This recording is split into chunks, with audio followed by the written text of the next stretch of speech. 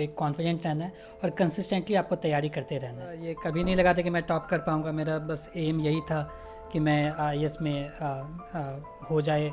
मेरे ख्याल से डिप्रेशन स्वाभाविक है कि बहुत लोग इस तरफ हो सकते हैं, बट अगर आपके पास एक प्रॉपर सपोर्ट है, परिवार का अच्छा सपोर्ट है, तो आप इस चीज़ से बच सकते हैं। जब आपको पता चला आपने भारत में पहला क्रमांक लाया है, आपने टॉप किया है, तो आपकी पहली रिएक्शन क्या थी?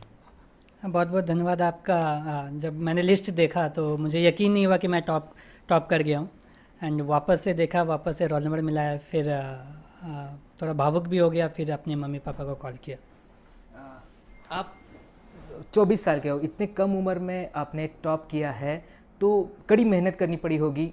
कैसी मेहनत की थी आपने? कितने साल से आप तैयारी कर रहे थे? मैं पिछले 3 साल से तैयारी में लगा हुआ था। एंड पहला साल मैं दिल्ली में रह के तैयारी की, फिर लास्ट ईयर मैं भारत रक्षा लेखा सेवा में मेरा चयनित हुआ, 290 रैंक आया था। फिर एक साल में मेरी लास्ट 7 से 8 महीने से ट्रेनिंग भी चल रही थी। सो ये पूरा जर्नी जो है वो काफ़ी संघर्षपूर्ण रहा और काफ़ी सिखाया भी मुझे। अ, आप पुणे में है फ़िलहाल, पुणे में एनडीए के जो फाइनेंशियल मैनेजमेंट है वहाँ पे आप ट्रेनिंग ले रहे हैं। तो हमने देखा कि कोविड के कारण भी बाहर निकलना मुश्किल था, इस दौरान पढ़ाई भी करना मुश्किल था। तो आपने इस साल में पढ़ाई कैसे की, आपने तैयारी कैसे की कोविड के सिचुएशन में और इस एग्ज़ाम के लिए खास कर के लिए? मैं दिल्ली में रह के तैयारी किया था लास्ट ईयर। एंड मेंस जो है वो जनवरी में हुआ था। सो उस टाइम मैं एक फ़्लैट लेकर के अपने दोस्तों के साथ दिल्ली में रह के तैयारी की।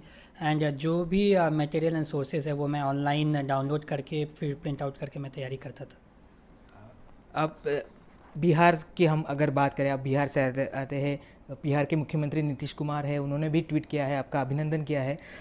बिहार से बहुत सारे जो छात्र हैं वो दिल्ली हो या पुणे हो, वहाँ पे यूपीएससी की एग्ज़ाम की तैयारी करने के लिए आते हैं, बहुत सारे सपने लेके आते हैं। उन सारे लोगों को आप इस मौके पे क्या कहना चाहते हैं? उन सभी छात्रों को आप क्या संदेश देना चाहते हो? मैं कहना चाहूँगा कि यूपीएससी जर्नी आपको बहुत चीज़ सिखाता है। आपको एक कॉन्फिडेंट रहना है और कंसिस्टेंटली आपको तैयारी करते रहना है। हमने देखा है कि जो बहुत सारे छात्र होते हैं, बहुत सारी अटेम्प्ट्स देते हैं, उनमें उम्र भी निकल जाती है, उनके पास प्लान बी नहीं नहीं होता बहुत बार। तो ऐसे जो छात्र हैं वो बहुत बार अटेम्प्ट करके बहुत सारे डिप्रेशन में भी जाते हैं।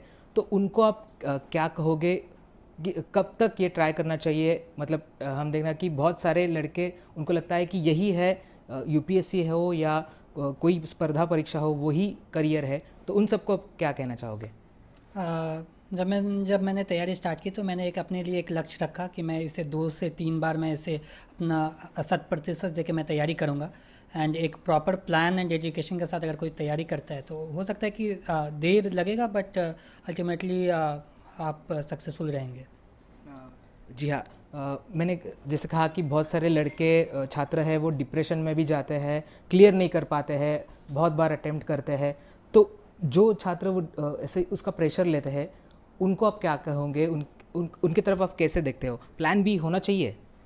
आ, मेरे लिए प्लान भी हमेशा से रहा कि मैं वापस से क्या कहते हैं, वापस से मैं अपने फील्ड में, सिविल इंजीनियरिंग फील्ड में वापस से जा सकता था। मेरे ख्याल से डिप्रेशन स्वाभाविक है कि बहुत लोग इस तरफ हो सकते हैं, बट अगर आपके पास एक प्रॉपर सपोर्ट है, परिवार का अच्छा सपोर्ट है, तो आप इस चीज़ से बच सकते हैं। और अगर कॉन्फिडेंस है, अगर आपका प्रॉपर प्लानिंग है, सो डेफिनेटली आप इससे तैयारी अच्छे से एंड अच्छे से कर सकते हैं।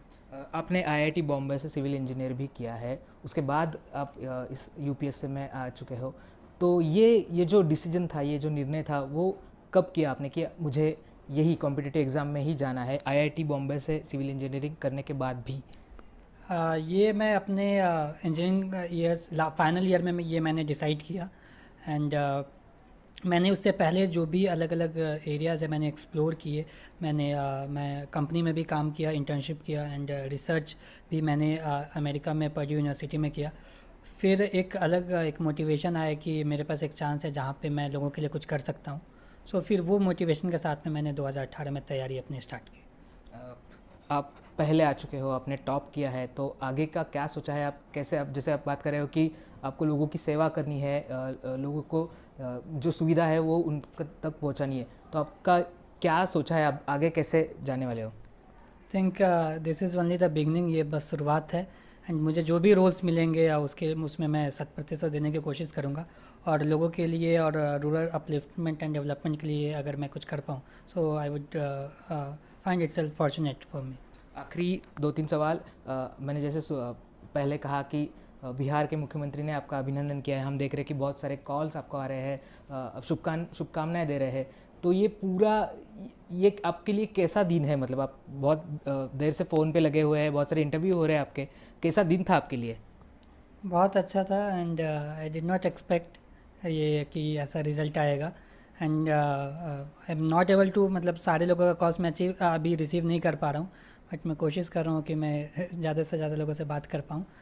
काफ़ी अच्छा फील हो रहा है। अब आपने जब तैयारी शुरू की थी तो आपको ऐसा लग रहा था कि आप टॉप करोगे? अब कहाँ तक आपने सोचा था? बिल्कुल नहीं, बिल्कुल ये कभी नहीं लगा था कि मैं टॉप कर पाऊँगा। मेरा बस एम यही था कि मैं आईएएस में हो जाए। सो शुरुआत से यही एम था कि किसी तरह मेरा निकल जाए। ये कभी नहीं सोचा था कि पहला रैंक आएगा।